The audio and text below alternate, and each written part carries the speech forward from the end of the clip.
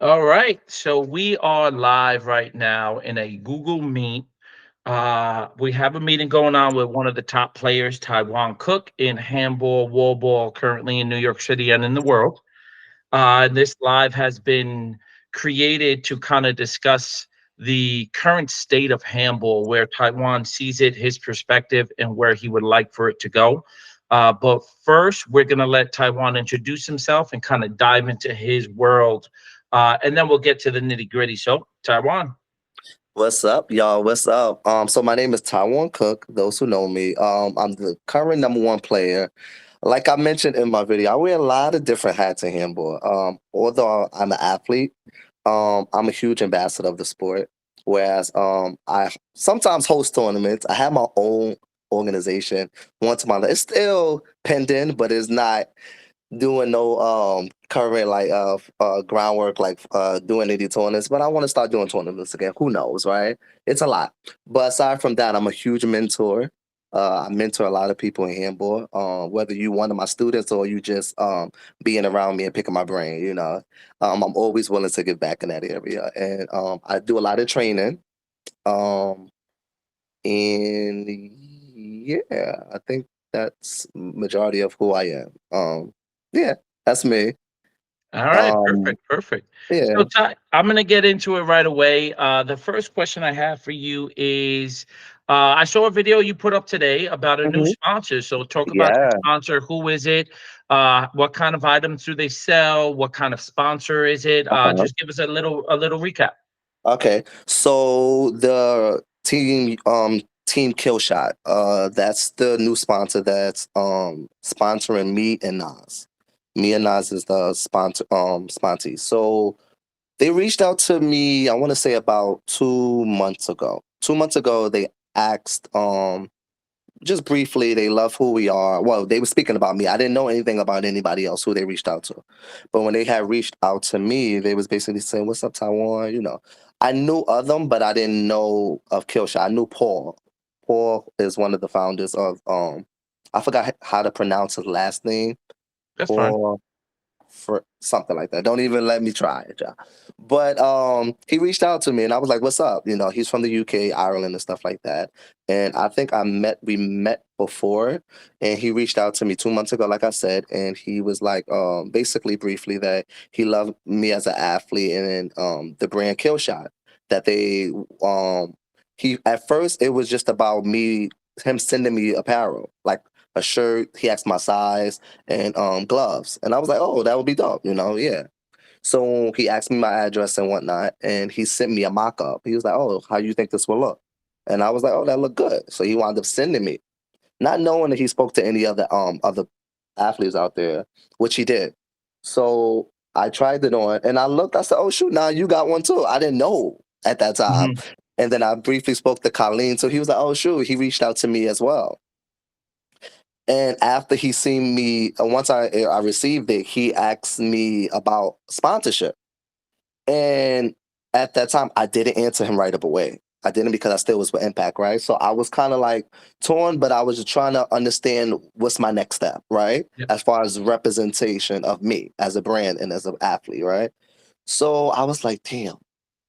I think I let him sit in for like maybe 2 weeks before I answered him back, and then I got back onto him, and I was like, "Hey, what's up?" He asked me about. It was no compensation. It's all just apparel, no compensation, right? And he was like, "Taiwan, you know me, I'm a businessman. I'm talking good to him, so I'm like, I would love the opportunity because what they whole idea is for them to bring their brand out to here. It's really big in the UK. It's Mhm. really big, of course, but they don't have that platform here, right? So, of course, as any sponsorship is benefits both parties, right? It's not just one sided. I think a lot of people misconstrue or don't really understand sponsorship. They think it's as athletes that we're automatically like what word I want to use like needy. I want to Mhm. say that because we're not exposed to that a lot of sponsors out here, as far as athletes in handball. So when things is presented to us, we automatically grab onto it, not knowing that we're the value as well, right? Because we bring so much asset to other people's business, and it's a partnership. That's basically what what it is. It was so he understood that. He understood the value of true athletes. And as he was speaking and he was saying how much he um you know me, I was digging deeper into, where we can go in as far as sponsorship, not just apparel, but what's the long game? Like I want to know Yes. what's the long game for it.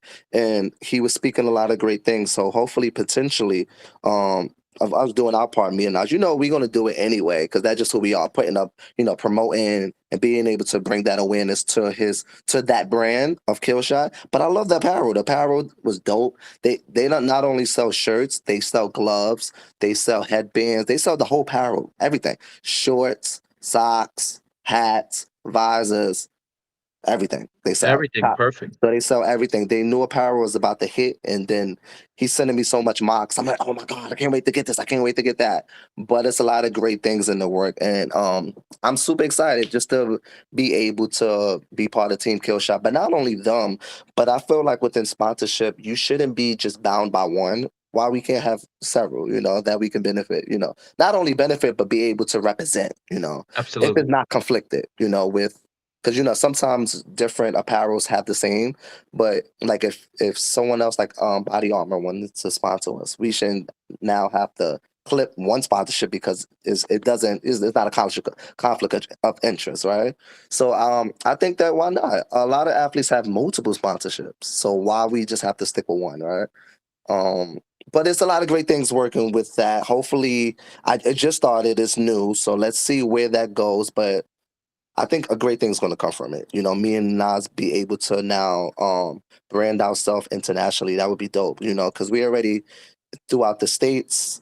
We already known. Of course, they know us, but actually, when we, because what another great thing is about it is it's the Worlds that's coming in August. So that would be a Correct. really great Correct. Yeah. opportunity for us to be able to be great athletes out there, repping the brand, and it's already big out there. So us being attached to that, hopefully could open more doors for us, in the international world. So that would be dope. That's my Yeah. vision.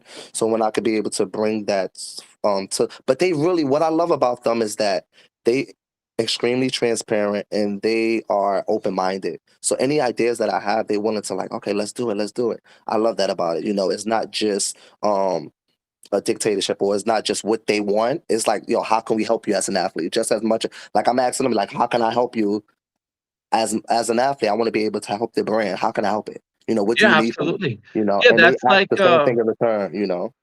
yeah, that's a form of giving back to the Yeah, community, especially with a small business, right? And then extending your platform and your talents yeah, and expanding that business potentially for the future, right? So yeah, let's kind of segue from giving back to the community in that aspect and going to you coaching and training, right? You said yeah, that you're a mentor. You have, I know that you've discussed prior that you have a whole team that you work with. Are you still coaching? Can people message you about coaching in the future? yeah. Do you have a price point that you're doing per session, Huh? per player, per rank? Talk a little bit about Okay. that. So I'm gonna first start out on how it all started about, right? Mhm. So I started out, I wanna say, Ron, what year was that? That we did the little thing, but it didn't really, I stopped doing it. What was that? Yeah, that was a long time ago. Yeah. So about, I want to say about 6 or 7 years ago, I tried to do something like this, right? Before I was the number one. I had this idea because I looked at every other sport that have trainers and mentors and coaches, but handball unfortunately don't have that. We self-taught. You might get certain people within, if you in the park, like I was in Lincoln Service, so I have a lot of people that can be able to guide me in handball because of the park, so but if you don't have that, you like literally on your own. You just learn by experience, which is the hardest thing to do. You learn more slower, or you don't gain that type of fast growth because you're just self-taught. Everybody, or you're getting hustled. So it's either or. So I'm like, yo, handball needs uh that. that type of mentorship coaching platform, so you could be able to give back. And I was free. It was free at that moment. I'm like, yo, I put it out. I remember Miss Smiley from the Bronx before she moved into Florida. She was there. It was a lot of people there, but I didn't know what was doing. Right? I just had this great idea, but it was new to me. I'm like, oh my god, I got all these people, but it was a lot for me to take in because I was only one person, but I had a lot of people to tend to. I'm like, oh my God. So it was great. It was a great atmosphere, great environment. And then I stopped doing it. I stopped doing it. I think we was doing it for just a little bit. So when I became number one, I said, let me start. I really wanted to do it, but I had it on the back burner. But I said, you know what? Dre and them came down. Dre from Philly. Yes. We was at Zariga one time, and then he was just him and Casper and all of them was literally considered donation, like easy money. Let me get in them pockets. And me and Dre started to build a good relationship, me and Dre. And I was like, you know what? I'm gonna train y'all. Just me like, I'm gonna train y'all. I said, let me go. I'm gonna train y'all. Whatever, and because Dre is a good dude. I'm like, anybody from Philly, I'll train everybody for free. Like, just bring them down. I'm gonna train y'all. And Dre was like, word, all right. So he was him. I opened the door for all of them, from everybody, but him, Casper came one time, but Dre was every Tuesday he was there. Every Tuesday we had our own group chat, and it was great. Now what we did was I started out training. I had a boot camp. I said it was gonna be a boot camp, not knowing, and I put it out there to Facebook, or whoever wanted to be a part of it, be a part of it, right? So who reached out to me that was really serious was Dre, Rob, me, Dre, Rob, Saeed, um, Julian, Dolo, D Boy, Manny, Mo, but Mo really didn't come.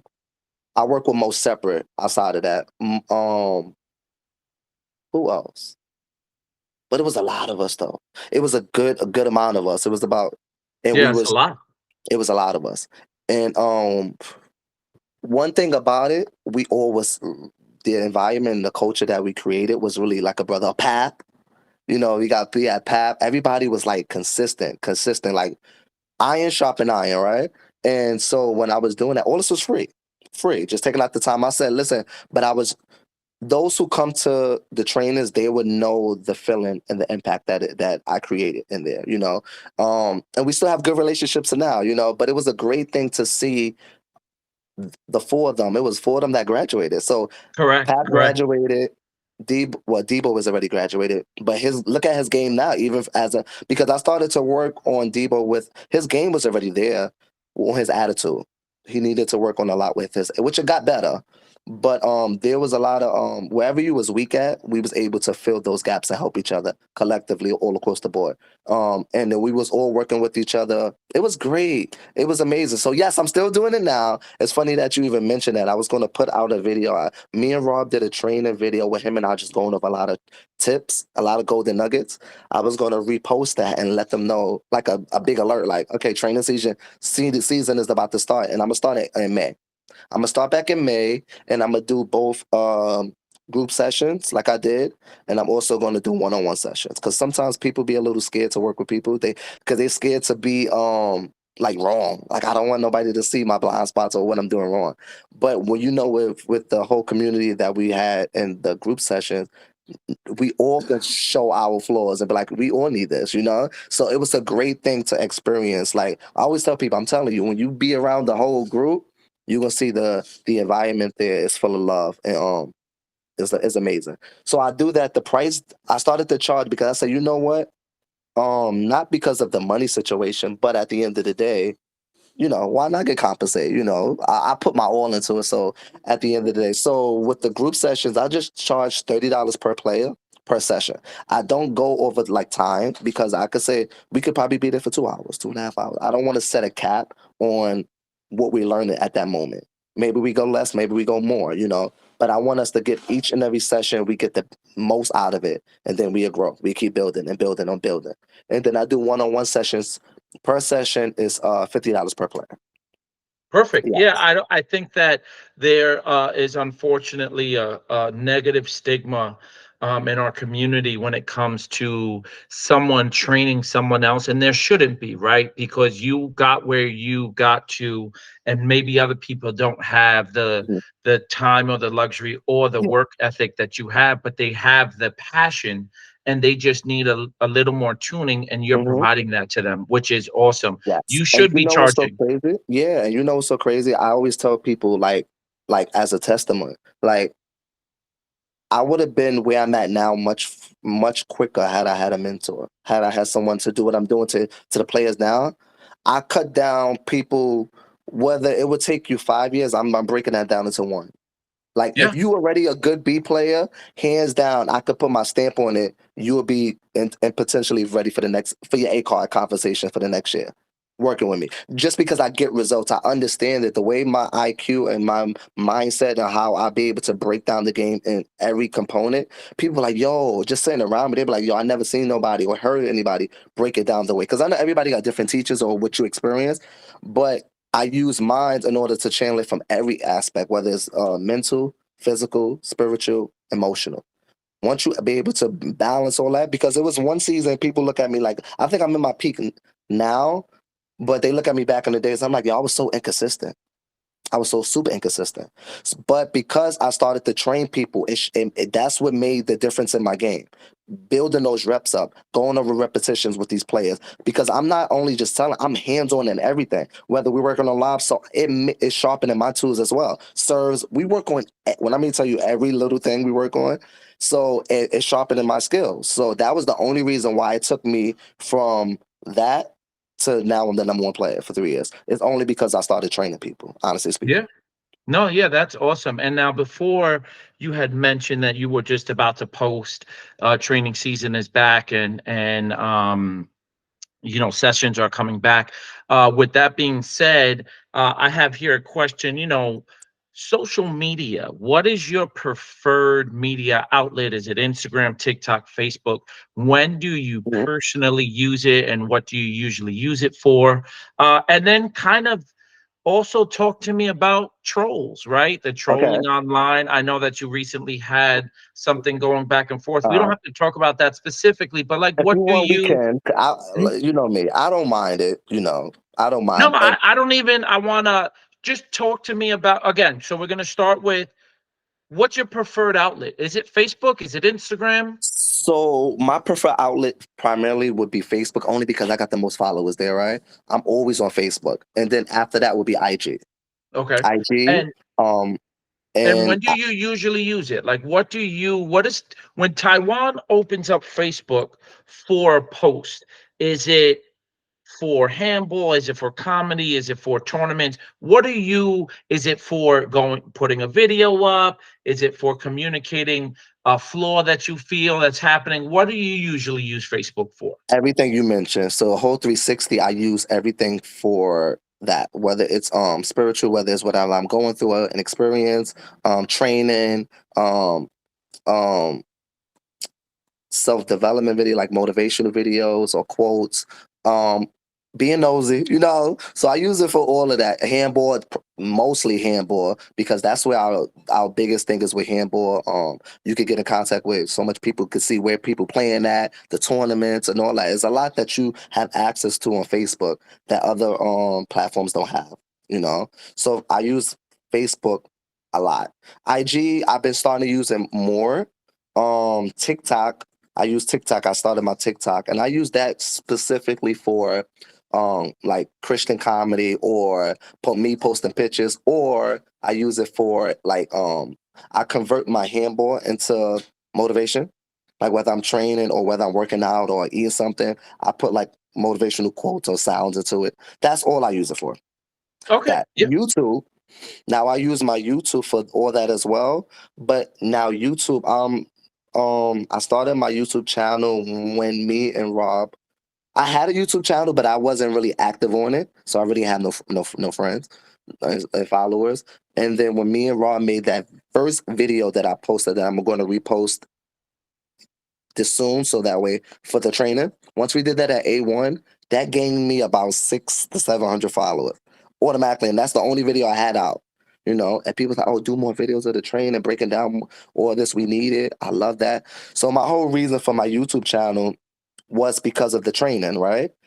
I said, you know what? A lot of people ask me to train them, but I'm only one person. But through videos, at least I can duplicate myself all around the world and be able to teach many people all over that's not don't have access to being in New York. So that was my whole reason to say, let me duplicate myself and be able to teach people all over the world my teaching. That was the reason for my YouTube channel, Yeah, to perfect. spread the And then word. speaking of YouTube, are you monetized on YouTube? Almost. Almost. I'm at 900 or something. So when I get that 1,000, I'll be monetized. Yeah, so one more training video, you'll be at 14. Yeah, Yeah, yeah. yeah, That's yeah. awesome. I mean, congratulations. I don't see anything wrong with us making some form of money, anybody making some form of money when it comes to views, right? Because Yeah, it's kind of why the not? only, yeah, it's the only outlet we have right now to Yeah. really make And money besides sponsorships, one thing right? I love about that, not to cut you off, is that it doesn't come out of no one pockets. Like we all can eat. You know what I'm Hmm. saying? That's what I Yes, love about it. It's absolutely. like we all can eat. That's why when I see people like fighting over stuff, I'm like, bro, we all can eat. Like it's not coming out of your paycheck. Like everyone can eat all across the board by being monetized. So a lot of people withheld that because they feel like, oh, I just want to eat. This is selfish. Like, bro, when you hear me on my YouTube, I'm promoting everybody. Like, follow this person, follow. Like, come on, we all can eat. It's not that Yeah. let everybody eat. You Yeah, know. absolutely. Now, how do you feel? This is a question. This is a more personal question. How do you feel about other people making money off of recording you specifically? So I had a hiccup with Ten's Finest Phil last year. Last year was a eye opener for me in a lot of different reasons and ways. Some hard pills to swallow. The U.S. Open was one of the biggest for me of last year. Just the whole year starting out, because us as athletes, we always preparing ourselves. So once the season breaks, we ready for the outdoor. So we preparing ourselves, right? So we preparing ourselves for, and last year was a lot of big tournaments back to back to back. So it was a lot of preparation. So at that time, it was in conversation. Who was the number one? Who, me or Thavo? The only reason I was the number one for 2 years before this third year, only because Thavo wasn't playing and everything. So we couldn't go battle to battle.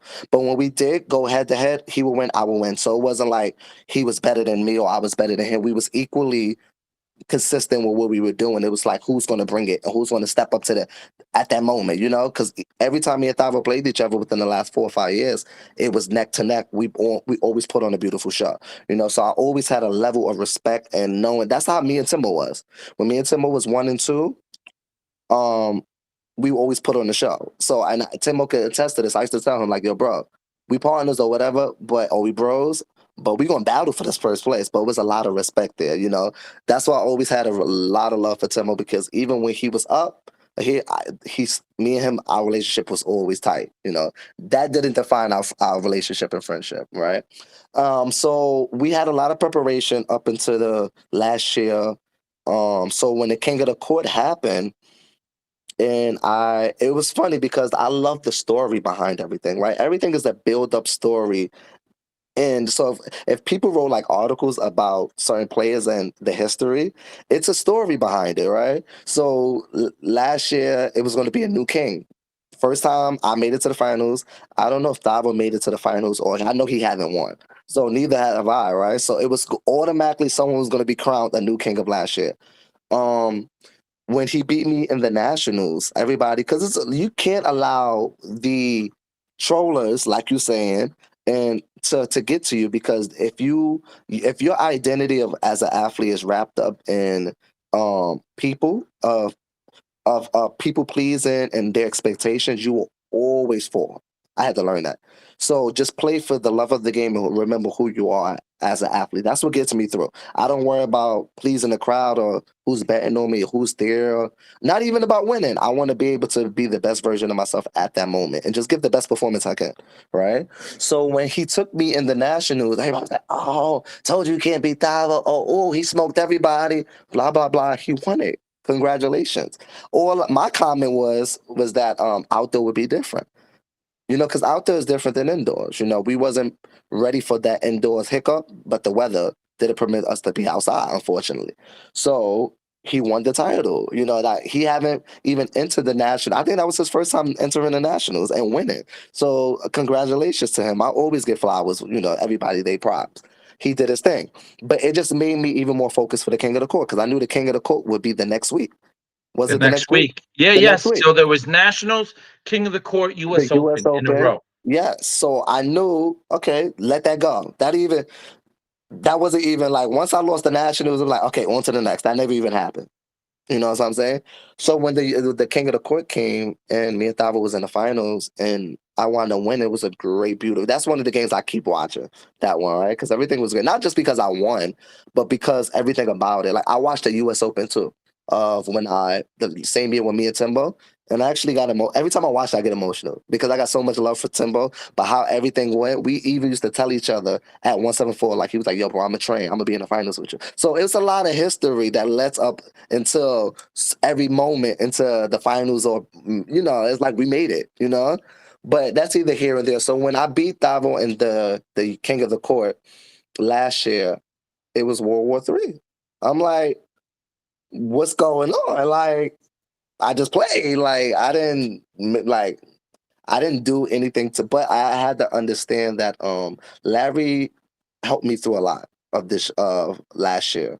Even now, like Larry is one of the go-to people that I reach out to just to hear what he have to say, and I value his opinion, his words, right?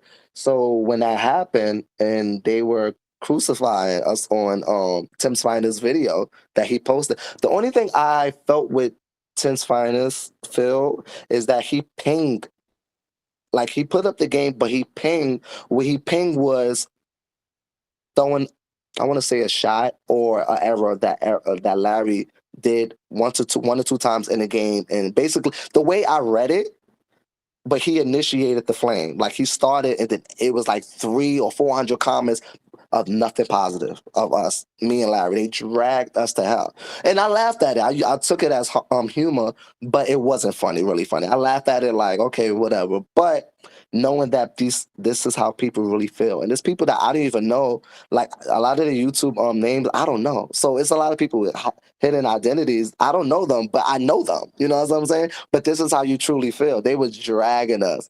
So for me, you know me, I'm not even focused on it because I'm worried about King of the Court in the U.S. Open. That's my main two focus. When I get out of that, and then I could be able to think about everything else. So I wasn't really on even social media, but it was bringing, the people I'm around. They like, oh, Taiwan, this is what's being said.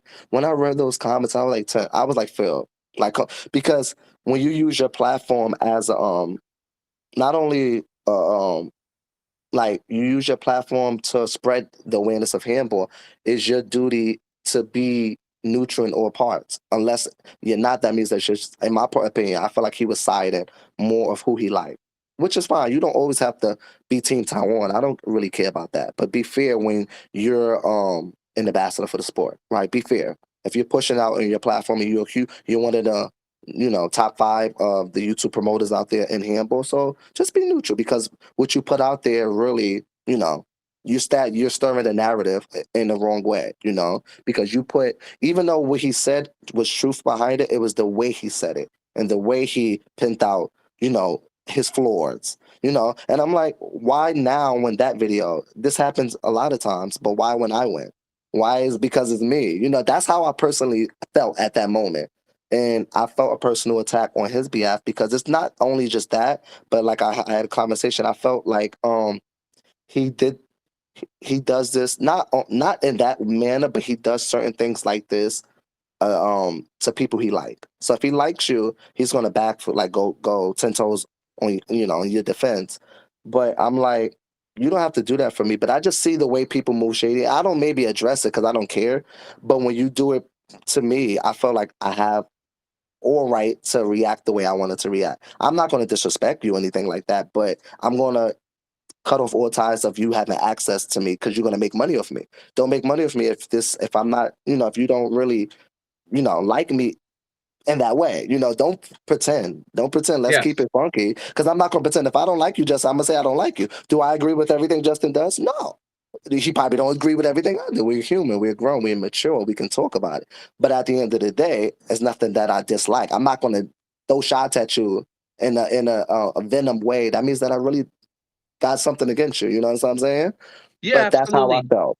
That's how Yeah. I felt at that Now, at moment. this point, right now, in the relationship between Taiwan Cook and Ten's Finest, are things okay? We okay. We Okay, okay. We perfect. okay. Yeah, We okay. listen, I gotta be honest with We you. okay. I We think spoke I about think it. Phil I think Phil likes me. And the only live I've ever made on Ten's Finest is when I got zipped. Like, I'm Uh, like, what's going on? You right. know, you got And I'm none of not my wins, Phil. right. And I'm not sensitive, like, cause at the end of the day, I'm not sensitive. But it was a lot going on in 2023 when I felt like, whoa. So it wasn't just that. Then it was the U.S. Open. It was a lot. Hearing, and then the reason, what was the icing on the cake? And I spoke to him when I was hearing how they were like shouting for ban. I mean, not ban, disqualification, get him out of. It was a lot of that, but it was in a way of like, get him out of here. It wasn't like I'm like, damn, all these. It wasn't just him, but it was so much people that I wouldn't No, name yeah, that was really going against me. And I'm listen. I stand. We gonna have a conversation. Okay, I think that's one of your questions too, right? yeah, On that event, right? But he was one of them that was going hard for me to be DQ. And I was like, I'm hearing him. I'm like, why? Like he was going in, and I was just like, that's funny to me. So yeah, it wasn't just so all those things added up in my mind to say you don't really like me. You know what I'm saying. You can understand yeah. it from my point of view, but that's we good now. We Okay. good. We good. Okay, Yeah, good. we Yeah. good. I think that he shined a light on a negative situation. And in your time of fulfillment of such a huge accomplishment, it was like it felt like a dig to Yes, you. yes, Like, like why they would you trying to do take yeah, that away from me when I just play. You would have thought that I cheated, Thavo, or I did anything. I was just a player who just gave his all and came out on the winning end. yeah. But at the end of the day, if Thavo would have beat me, none of that would have even been a factor.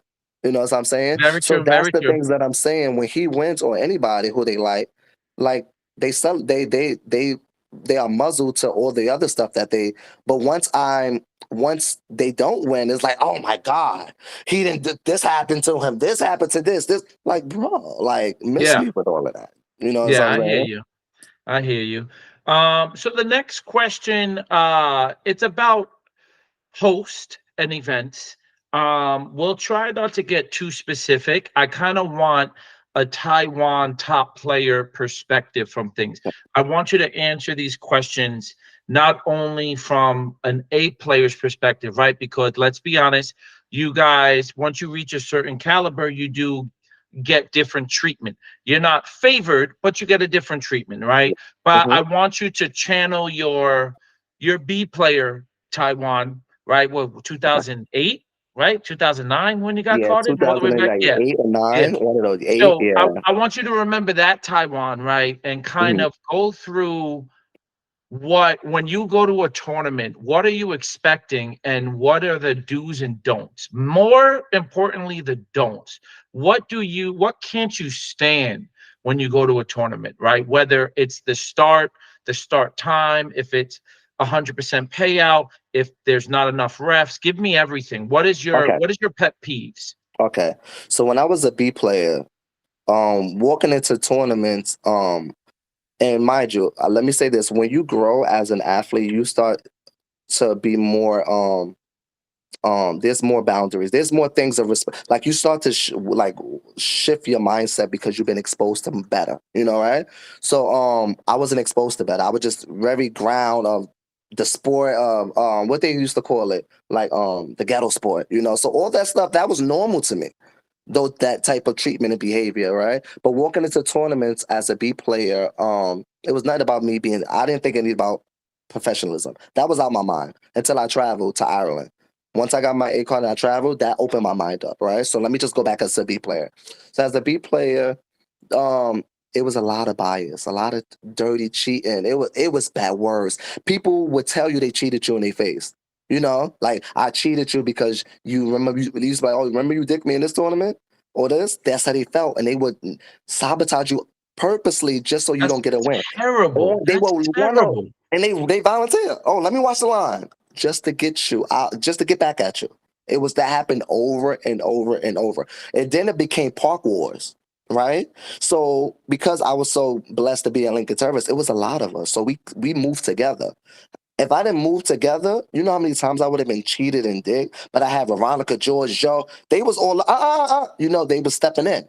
So I took a lot. They took a lot of the beating, so I didn't have to. Right? They stood in the gap like, nope, not like I'm like me with Nas and Ron. Now get him off this line. You know, I'm doing that because I experienced it already. Right? So I had that with Joe and George and all of them. So I wasn't even though I seen it, it wasn't really hitting me because they wasn't really. I got my share of the dirty, but I wasn't being done dirty. You know, I heard a lot of stories for other players, but I wasn't really experimenting. Of course, I got cheated. Of course, we got Yeah. cheated, but we went harder. We was hungry. That was our bread and butter. Like we was making money off handball. So we ain't let that stop. And we're like, all right, we get in the next tournament or we going to the next. So it made us grind even harder, right? But what we don't know, right? Would I have done that now? Looking back, no, because I know that that was really not healthy for the players, but the sport. We wasn't exposed to a lot of sponsors at that time. You know, like Red Bull and all that like we had now. So it wasn't like we was working for something. There was no end game. We would just love to play the sport. We all love to do that, and we just wanted to be the best at we couldn't to other to life changes, right? And then we like, oh shoot, I started traveling. I'm like, oh my God. Once I traveled and I saw how professional and how dedicated and how they treasured the sport, I said, New York, what are we doing? I'm Hmm. thinking we just that shit that God. No, we were Yeah. so far behind in every area. And I'm like, whoa. Give me some examples. Give me some examples. Okay, professionalism, time management, organization. Um, they had like we had a lot of kids of the juniors too, but they had a lot waking up in the morning, 6 o'clock in the morning training. We don't do none of that. They was training nonstop. Just the level of respect of the sport they treasure. Like they literally respect the sport and all platform. Like they respect the sport. They treat it like they are professional athletes out there. I love And when that. Yeah, I love we that. treat it like it's garbage because we're so either we so spoiled. We got so many courts, so many tournaments. Yeah, we think we got that. We ego tripping, but So, when so, you, so hold on, because you just said something, and this was my second question here. Are there too many tournaments? What is your? yeah, I don't know if you watched my live. A lot of people didn't, but like I my watched take it. on it. I skimmed through it, but I watched the majority of it. It was pretty long, but Yes, I yeah. did, I did. When you most of the points that you were saying, I was tuned in. Um, What is and your take? Like for me, I feel like we are oversaturating the weekends, the summertime in New York, and it's almost like events aren't as important as they used to be. right, Besides the King of the Courts, the US Opens, the Nationals, those other smaller events, especially for the bees, they're just they- what's your take? okay. My take. Listen, I love I love tournaments. I love watching them. I love seeing. I love the exposure. But it's really watered down. When back in the days, there was a calendar. Like if you have annual prestige events, let that be. Like I'm not saying players shouldn't. I am saying that. I think that there's too many tournaments. And I think that everybody and their mother want to throw a tournament just to gain certain type of relevancy in the sport. They're not really doing it for the sport. They doing it for themselves to glorify. Oh, I can do this too. I can outshine somebody. I can make this tournament It's a much little bigger than clout. that. It's So a little clout yes, it's chasing. cloud chasing. It's cloud chasing. Everybody want to throw a tournament. Everybody instead of working with those who are already out there that you find value in. Like, oh my God, I like what this person stands for. Let me work with them. Let me see. Let's do a collaboration. Whether I'm the finance or I have resources, let me add my resources to their resources to make this even bigger. The tournament that's already involved in. So so do those things to be a part of the growth and the change in handball and raising more awareness. Do it in that aspect, but not being let me throw a tournament and then I'm clashing with other people's dates, bro. Sit it on down. Sit it Mm. on down, and it made it to the point where everybody want to throw it, and they it became like no, it wasn't like that back in the days. Everybody want to throw a tournament, and every weekend that's ridiculous. It's Yeah, I ridiculous. agree. Do you feel like there should be like maybe I don't know, and we're gonna touch on your players And one union thing, later on. if there Yeah, was just as a money B tournament, if there was that many opens, I would get tired of playing. That's too much. The it's too tournaments much. we have right now, because we playing on a high level, it's too many. Like it's just it's good. Like even the if you add a few more, that's fine. But it's spread it out every week. Are you dumb? Yeah, I to the no. Like yeah, it's a lot. I couldn't It's a do it. It's lot. too much. It's too much. It is a lot. I feel like we as a community, maybe a potential solution is kind of restricting people Mhm. and what they can throw and how often they can throw it. I know I had this conversation with Nietzsche 5, 6 years ago, and the troubling part in those summers were C doubles. Oh, there's too many C doubles. Every weekend it's a C doubles. No one even throws C's anymore. It's all B singles, B doubles, Right. But yeah, I hear you. I agree with you. I wish there was something we could do. I'm You know willing to what? have, yeah, tell me. If you know what would really kind of like, I don't know, because it still won't stop people from throwing tournaments. But when you have, you know what solves a lot, but if you had a, we had the ranking system, and we had a ranking system, and you had the big like just like tennis, like I mentioned that in one of the posts. If you had big majors, points you had to defend, you know everybody else who's trying to throw tournaments, you know, you won't get points if you play in the, so you're going to lose out on seed and you're going to lose out on points in your ranking if you don't play in the big majors to defend your, your points. So You're right. I that like would that. that will kind of wither away all the people who's it's like, all right, throw those tournaments. Because now people as an athlete or a player, they have something to gain. It's like, oh my God, I'm not only gaining money, but I'm gaining respect. I'm gaining, ranking. I'm gaining so many different. So if I'm level six, if I'm 16 and I'm like, yo, okay, let me look at the draw. Oh my God, if I play this tournament, it's gonna make me into I could be in the top 8. That's a lot. I'm going here. I'm not going to the Juju tournament on or this Saturday. I'm not going to that tournament I because like it's so that. much No, you're value. right. So ranking points it helps a lot. It's just that um if we had someone who could create an app to do these things, so it's not manually done by hand, because we did it in PHA, we did it manually in hand. It was a lot for 3 people. It was a lot, taking stats of everything. It was a lot. It was a lot.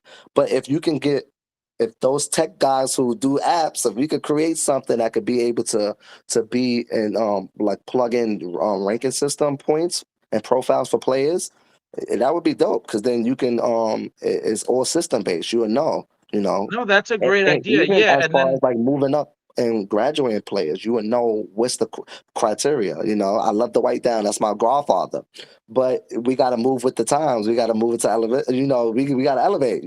Like we're not in the old days no more. Especially when you speak into big sponsor corporations, you got everything is documented. We got this. This is how players move. It's not just my opinion or okay if you win too. No, I got it. Here on yeah, paper. no, You no, know, you're right. You're right. I think the hardest part in New York City is the amount of players and how to keep up with it. Right. But a solution would be to have specific hosts have sanctioned events. And even if, let's say, for example, I'm going to use Brian, right? Powder. Let's say Powder throws 4 tournaments in the summer, but we're going to tell him only your B doubles that you have scheduled in June will be a sanctioned event. All your correct. other ones are not. Maybe that will kind of, no, I Yeah, love the idea. I'm and not it's an going to lie. awesome thing where when you can like, because we all speaking about unity, right? So we can all sit down, like just say like that idea that you just mentioned.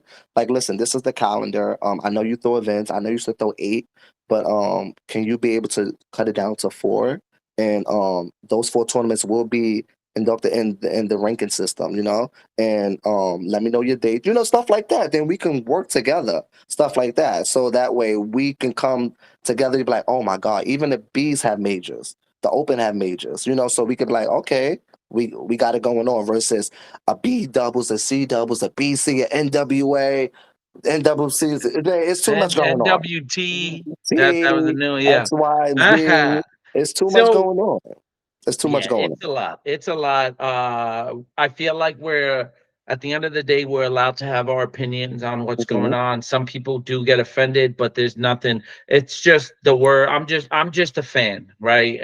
I hate when people get too offended at what I Mhm. say, but I want to kind of get into the nitty gritty things, right? The reason why everyone, if they're still watching, is watching this, right? I want to talk about the 5K event that just happened, Okay. the U.S. Open being canceled, the referees, and the issue with that. But before we get into those type of issues, I do feel like we need to address something that happened with you a few months ago. So you had thrown Yes. co-hosted an event in Zuriga with Mhm. Alan. With me and Alan. Um, and there was just a few things that happened there that the community heard about, and I kind of want to hear it from your end, Mhm. and we'll address that briefly, and then we'll just Yeah. segue into everything else.